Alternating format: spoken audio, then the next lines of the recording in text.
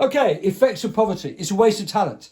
So in a way, the underlying trend rate of growth will now be slower because there'll be all sorts of people unemployed and they can't add to the national cake because they're not in work. A rise in inequality, a rise in absolute poverty in the UK with 20% of people who are now living in poverty, and a rise in relative poverty. Affluenza, the difference between the rich and the poor is even greater.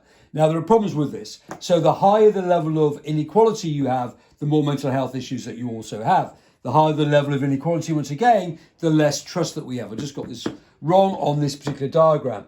There's a lack of social cohesion. There could be an increase in crime. An increase in crime creates a negative externality and, in fact, affects the whole of society. Hysteresis. So if you can't find a job, then you lack aspiration, you lack the skills, you're more likely to become more likely to move into drugs, more likely to want to sell drugs because that's the only way moving out of your area. And there's a long term, there will be a rise in national debt because we've got to spend more money on putting more people in jail, spending more money on solving the social issues that we therefore have. So the effects of poverty are obviously pretty dire.